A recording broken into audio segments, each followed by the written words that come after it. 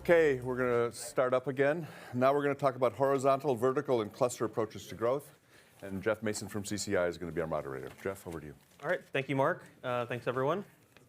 So when we talk about growth, and we've heard this already, this means a lot of different things to a lot of different people. It directs us to different levels of action.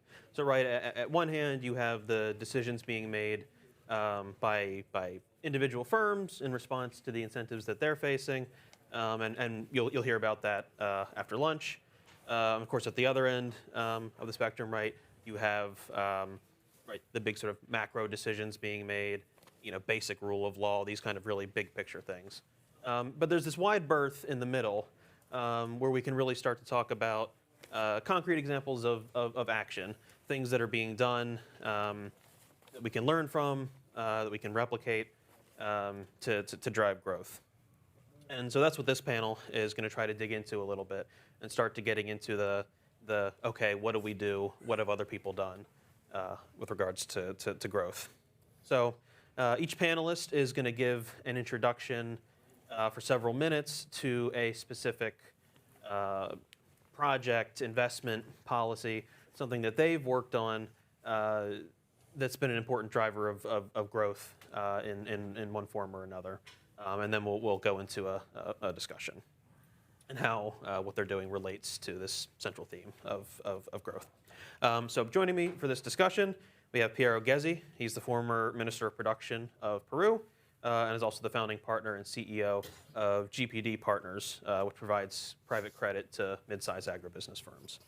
We have Ahmed Khalid Ben Omar. He's a senior advisor to the Minister of Economy and Finance of Morocco, and has worked on the Tangier Med port and industrial project in Tangiers. We have Sally Angel.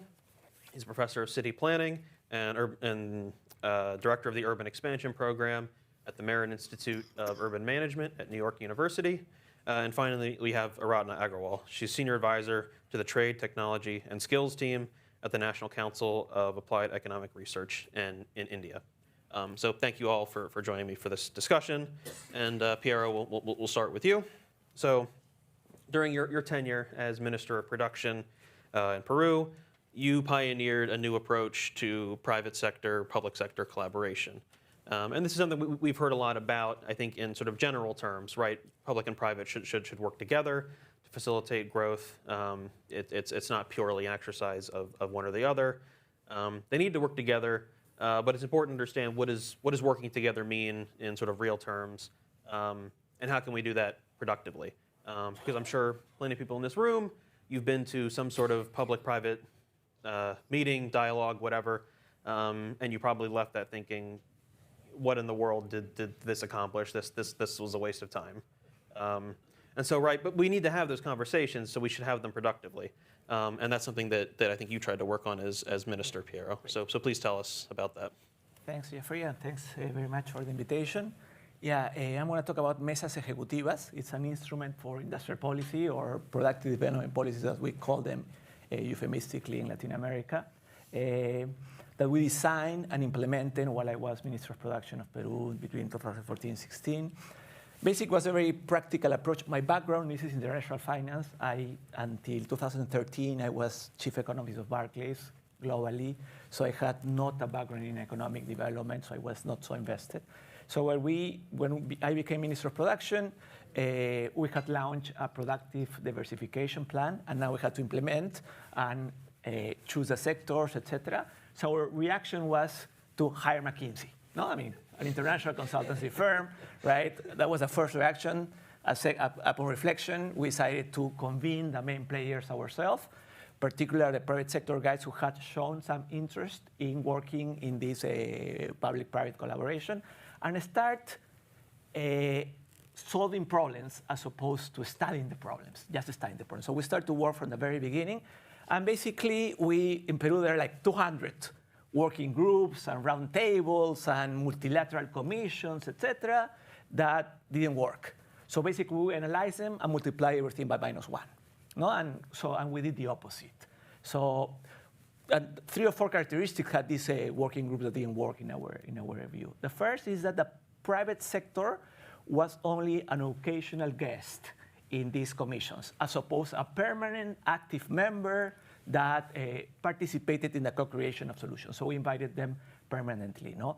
The second is that the public sector invited in these commissions many times are the guys officially designated by the entity, maybe the COO of the entity, but not the guy who knows about the issues, about the problems, and who has to sign at the end. So at the mesas, we invited them, the right guys, the guys that should know or should know about the problems, no? And have the responsibility of sign whatever is needed. Also, we had a dedicated team. This is very important. So somebody whose main job is to work with these mesas. Not something that they do on top of 10 more things. They may do other things, but the most important thing they do is Mesas Ejecutivas. So we had this dedicated team. And the fourth thing is that in these traditional working groups that Peru had, there were votes and minutes. It was too rigid.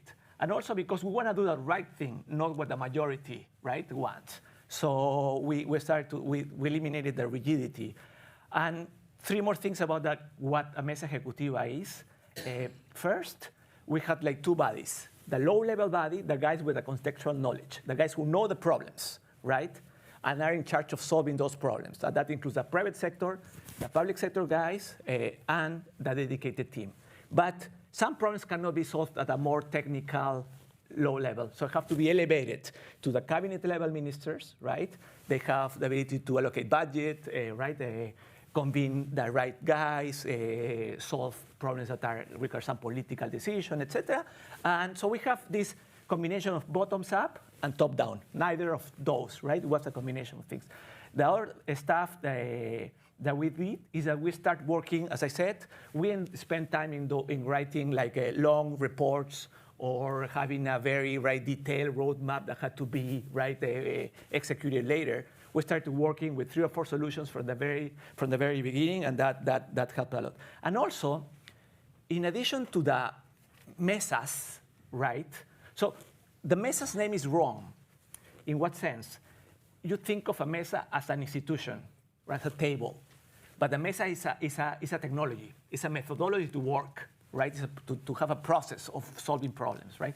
So we had, in addition to the plenary sessions, if you wish, of a mesa, we had a lot of bilateral meetings, right? One-on-one or smaller meetings where the problems and solutions identified in the plenary session of the mesa are worked out, okay? So we had these, the plenary sessions and these intersessional meetings with a lot is being done. I would say the majority of the work is in these smaller meetings, no? So because of the way it was worked, the private sector guys who were used to this waste of time, all these mesas that were like round tables, that were invited and they didn't get anything done. So you go to ventilate your problems, your frustrations, and then you go and nothing happened. Okay, they called them Ejecutivas. So initially, we didn't have the name the last name Ejecutivas because we executed. So they called them Ejecutivas. The model has continued in Peru until now.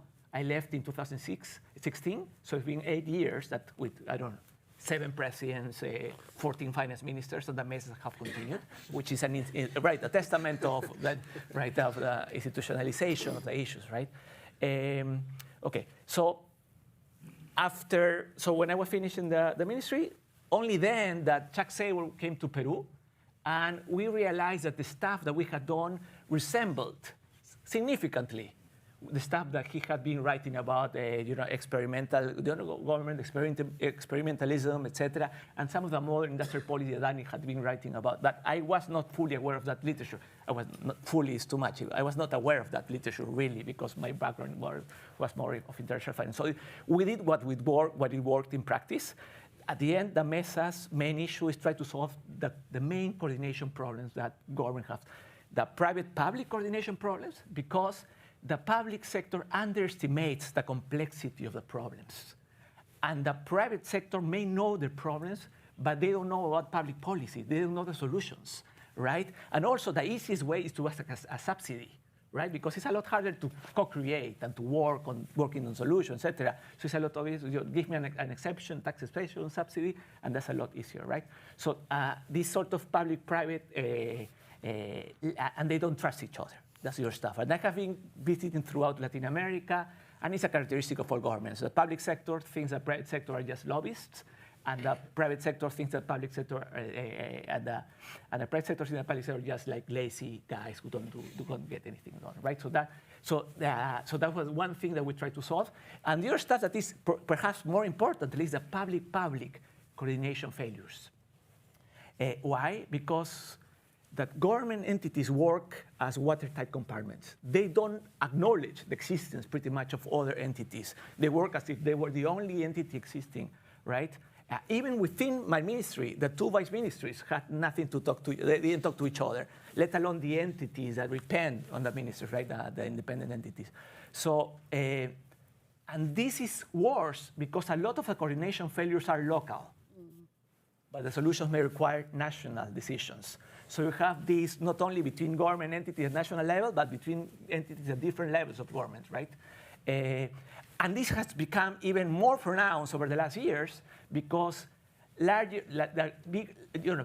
standards globally, environmental, social, labor, cultural, whatever standards, have resulted in new entities, a Ministry of Culture, a Ministry of Environment, a Ministry of Social Issues, etc. So that the number of watertight compartments have become even bigger, right? So that the need for coordination. So the mesas were totally directed at trying to solve those issues.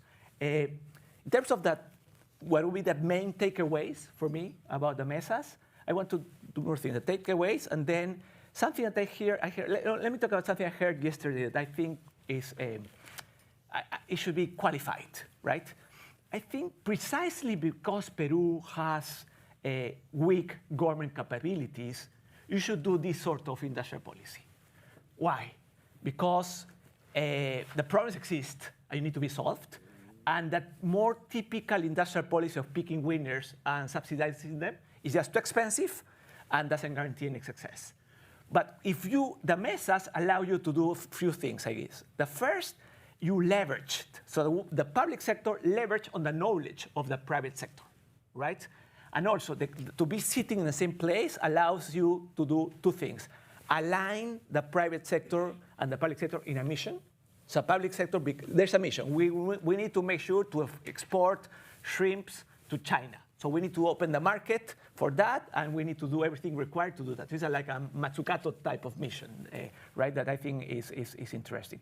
Also, it becomes evident what public sector employees are lazy, don't want to work, have a wrong mentality, don't have an idea of what, everything becomes evident. So it really breaks the inertia that is natural to the public sector, and it really allows them to work together. The second thing is that over time, there's a lot of learning by doing. So you not only solve problems, but you learn to solve problems. So I think that was probably the main contribution of the Mesa, is just that we designed a new instrument, but also we solve problems, and in the process, the learning process was super strong, right? It's super important. Also, as the views, what was interesting is, for example, we had a Mesa for mining. So initially, the mining ministry and the environmental ministry had very different views. Over time, the working together really, coalesced, right? The view became one, and that has allowed continuity, because if you have 10 finance ministers or 10 energy ministers, to have a mesa allows the continuity that survives the different administrations, and I think that's super important. This idea of it's not written in law. Actually, the MESA's program was only created 5 years after they started. So it's like, I think like Lamprich is there, right? I mean, what is building capabilities is you don't create institutions to do, but you do first, and then institutions are created over time. I think that's super. I mean, when I read the book after I finished the Ministry of Production, really, a lot of stuff really resonated, because that was exactly what I experienced, right?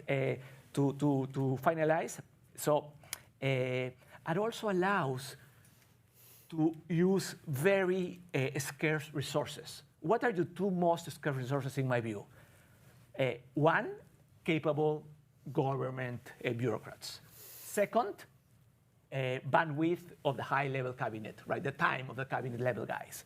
So you optimize, and you are going to solve these problems. You prioritize in a way, implicitly or explicitly, if you wish, through and it's also a very cost-effective way of doing industrial policy, because you don't need to spend a lot of time, right? Because a lot of times there's wrong regulations, right? Lack of coordination between different government entities, right? That they don't enter together, contradictory requirements, etc. That really is the cause. Was really the orange juice and the sandwiches, right? In the meetings. Really you don't need a lot of. Over time, the mesas have become more expensive the way, because we have created infrastructure, but in a very informed way of prioritizing the public budget, right? So that was super interesting. But the 10 takeaways for me: first, have the right guys on the room, right? The right guys on the bus. See the right private sector guys, the right public sector guys. The first thing. Thanks. Start doing, instead of spending a lot of time creating all this paraphernalia and all this infrastructure for the quality system or for competitiveness, all these consejos nacionales de competitividad o productividad. Just start doing stuff, and your stuff will come, right? The third, really go against the human nature of thinking linearly. Think recursively, right? Because it's impossible to have a diagnosis so detailed that just has to be implemented.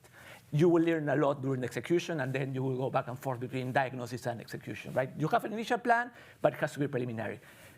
Work on a productivist approach. I think it's very important. We, at least at the very beginning, we said subsidies and exceptions are not discussed in this table, because otherwise people will go there immediately, right? The natural thing to do for a private sector. Fifth, keep an open architecture. So no, we didn't have a very rigid cast of the same guys. The problems keep changing. So convene the right guys who know the problems, not the guys who are just the general managers of the main lobby, right, the association, right? Make sure also the learning cycles are short. So as a minister, it's very easy to fool yourself that you did your job because you passed a law or you allocated the budget, right? But that may have no implication, no impact at all at the context level. So try to make sure that you have the problems, right? That you identify the problems and get mechanisms to really learn and shortening the learning cycle. Sixth or seventh, I guess, seventh. Just make sure you can elevate problems, because this idea of combining the contextual knowledge of the guys who are on the ground and know the problems with the power of the ministers, of the cabinet ministers, levels have been the president, is super strong, right? You need to be able to elevate problems. Otherwise, things, right, stay very, very small. If you nano development, if you wish, right? If you are not be able to elevate problems, the problem that you can solve becomes smaller. Eighth, have really a dedicated team. This is very important. The very best public servants should be in this small group. And the group that we had didn't have more than 8 or 10 people. It's a small group, but very good guys, and very transversal. So the different mesas were seen by the same people, because there's a lot of knowledge that goes, that is very transversal. And make sure that these guys are housed in the right place. It's very tempting sometimes to house the guys in the private sector, I think, but normally the private sector, they will not have the knowledge or the power to really to make sure that you move the public sector. So normally it's better to be in the public sector. And when I left the government, they moved from the Ministry of Economy and Production, which is where I was, to a Ministry of Finance. It was a lot better to be there, because then the Ministry of Finance can really help allocate budget and really, right, give direction, right? I mean, Minister of Transportation, you need this, okay, I'm gonna give you money, right? But on exchange, you're gonna be doing that, right? If you don't do that, it's okay, but you need to be cognizant of the limits of having time is up, and I will finish in 1 minute. And the last one, I think, is what I said before. Just make sure to remember the mesas are more like a methodology or a technology to solve problems. And that allows really to use it in very different contexts, right? It can be like Mesas to a very specific issue versus a very large issue. For a more political issue, more social issue, a more technical sector. So really, the methodology can be adopted to very different contexts. So if you think of them as a methodology, as I said, the Mesas is a bad name because everybody thinks that it's just sitting at the table, right? You get a lot more done. That's it. Thank you very much. Great. Thank you, Piero. Now let's jump over to Ahmed.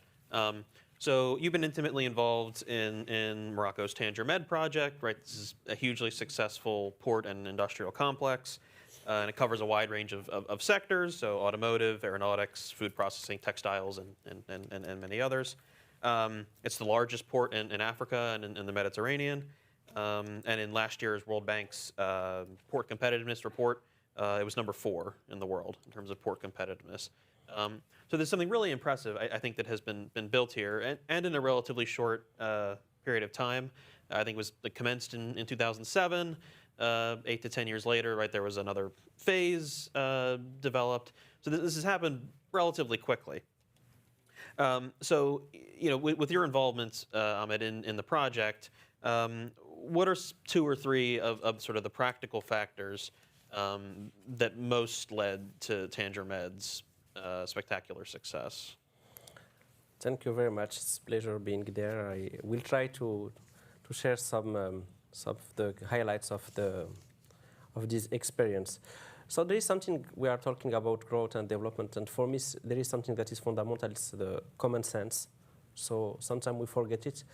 And when I will talk about Tanger Med and some achievements of Morocco, of the Kingdom of Morocco, they are sometimes related to that, to the being on the very ground and at the level of common sense. So I will talk about tools related to territory, one tool, explain a little bit, and also at the central level, and maybe relate that to risk management also, because it's important on this context. So related to the territory approach, the north region of Morocco has a very great history, cultural also, cultural heritage, but it was a poor region for decades. And we had some instabilities on that region also for decades, because it's the gateway between a lot of things, between Arabo-Islamic worlds and Europe, Occident, also between Africa and Europe, between Morocco and Spain, and so it's boundary zone, and it's complicated. We have only 14 kilometers of sea, but it's kind of two worlds. So we had all the bad aspects that are related to these kind of places for decades. For example, the trafficking, a lot of issues that were there, and also the la contrebande, a lot of issues that were very famous for that region. So it was the situation that was there for a long time. So what was the first thing we did? And it's something that is related to the common sense. So it's the strategic vision. So the king say, the issue is that you have that region, like that, unemployment rate, problems, but at the same time you have 100,000 ships that cross the Strait of Gibraltar. So maybe the first idea is that we have that flow, so maybe we will take a little bit from that flow. At that time we didn't have any port on the big port on the Mediterranean, so we had only Algeciras in Spain that has the monopoly of the activity, the shipment activity. So the vision of His Majesty the King was to build that port. So it was the beginning. So the strategic vision to build that port, and to have also an industrial vision to make that region an industrial hub, and also to have urban planning that is connected to that region, and to achieve that in a reasonable while of time. So in 2004, when the project was launched, there was nothing. Today, as you said, as you mentioned, Tanger Med is the biggest port not only on Africa but also on the Mediterranean region, which means that it's bigger than all the European ports that are in the Mediterranean region. The region is the